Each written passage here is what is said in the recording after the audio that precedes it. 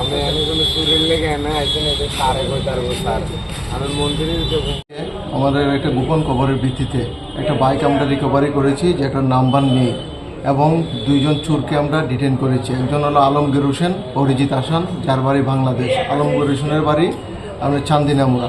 তাদেরকে ডিটেন করার পর জিজ্ঞাসাবাদে তারা বলেছে যে বাইকটি সে চুরি করে নিয়ে গেছে। এর আগেও কয়েকটা বাইক চুরির ইনসিডেন্টে আলমগীর হোসেন ইনভলভমেন্ট আছে।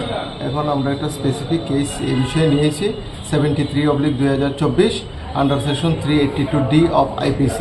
আজকে তাদেরকে পুলিশ রিমান্ড চেয়ে আমরা আদালতে প্রেরণ করব। বাইকটা জয়পুর থেকে রিকভারি হয়েছে। কতদিন আগে বাইকটা চুরি হয়েছিল? বাইকটা মাসখানেক আগে চুরি হয়েছিল। বাইকের মালিক কি পাওয়া গেছে? না, বাইকের মালিক এখন আমরা ট্রেস করতে পারিনি। কোনো কমপ্লেনও হয়নি এই বাইক সম্বন্ধে? কমপ্লেন হয়েছে। পুলিশের টহলদারি নিয়ে বিভিন্ন মহলে প্রশ্ন উঠছে, কি বলবেন?